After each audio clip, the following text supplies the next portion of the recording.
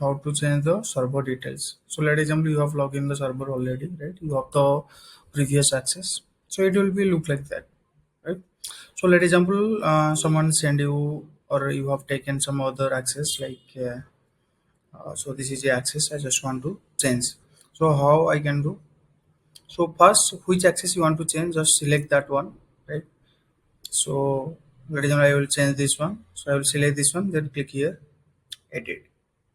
Right here you can edit the access, right? If you go for edit the access, here you can change the description, you can put the new application number, instance number, then system id.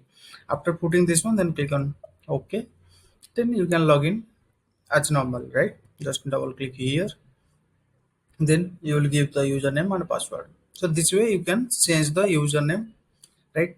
So let example you may see like here there are number of access over here, right?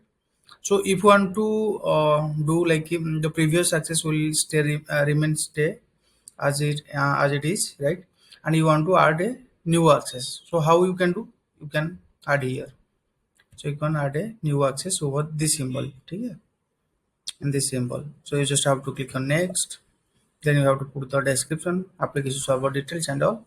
Then after putting everything, you will click on finish. Then you will do the login.